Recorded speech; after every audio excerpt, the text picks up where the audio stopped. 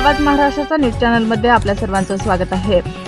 जन आक्रोश एल्गार मारेकऱ्यांना फाशी द्या या मागणीकरिता जन आक्रोश मोर्चा भीमसैनिक सोमनाथ सूर्यवंशी व संतोष देशमुख यांच्या मारेकऱ्यांना फाशीची शिक्षा झाली पाहिजे या विविध मागण्यांसाठी अकोला जिल्ह्यातून जन आक्रोश मोर्चा काढण्यात आला।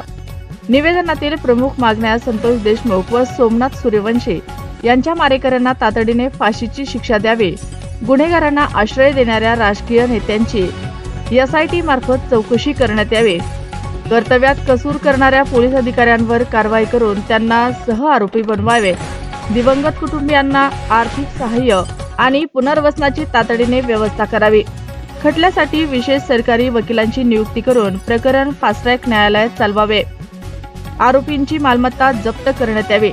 परभणीमध्ये सोमनाथ सूर्यवंशी यांची निर्गुण हत्या करण्यात आली व बीड जिल्ह्यातील केज तालुक्यातील मसाजोग गावचे युवा सरपंच संतोष देशमुख यांच्या क्रूर हत्येप्रकरणी या दोन्ही घटनेतील आरोपींना कठोर शिक्षा देण्यासाठी आणि न्याय मागण्यासाठी अकोल्यात सर्वपक्षीय आणि सामाजिक संघटनांच्या वतीने जन आक्रोश मोर्चा काढण्यात आला होता। संतोष देशमुख यांची मुलगी वैभवी देशमुख, त्यांचे कुटुंबीय तसेच भीमसैनिक सोमनाथ सूर्यवंशी यांच्या आई मोर्चात सहभागी झाल्या होत्या। संतोष देशमुख यांचे अपहरण करून निर्दयपणे हत्या करण्यात आली होती।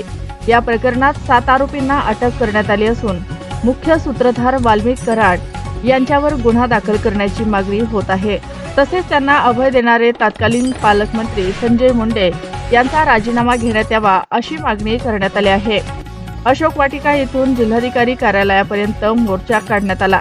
यामध्ये विविध जाती धर्मातील नागरिक, सामाजिक संघटनांचे प्रतिनिधी तसेच सर्व राजकीय पक्षांचे कार्यकर्ते मोठ्या संख्येने सहभागी झाले होते। मोर्चानंतर जिल्हाधिकारी यांच्यामार्फत मुख्यमंत्री आणि गृहमंत्री यांना निवेदन देण्यात आले। या दोन्ही प्रकरणातील आरोपींना जर शिक्षा नाही झाली तर यापेक्षाही मोठे तीव्र आंदोलन या महाराष्ट्रात झाल्याशिवाय राहणार नाही, हा इशारा या माध्यमातून आम्ही देतो। सम्राट अशोक सेना महाराष्ट्र राज्य आकाशदादा शिरसाट, सोमनाथ सूर्यवंशीला न्याय मिळालाच पाहिजे, संतोष देशमुखला न्याय मिळालाच पाहिजे, गृहमंत्री होश में है। ताज्या बातम्या पाहण्यासाठी आमच्या आवाज महाराष्ट्राचा या न्यूज चॅनलला सबस्क्राईब करा। बातमी आवडल्यास बातमीला लाईक आणि शेअर करा। आवाज महाराष्ट्राचा न्यूज चॅनलसाठी संपादक राकीब बागवान।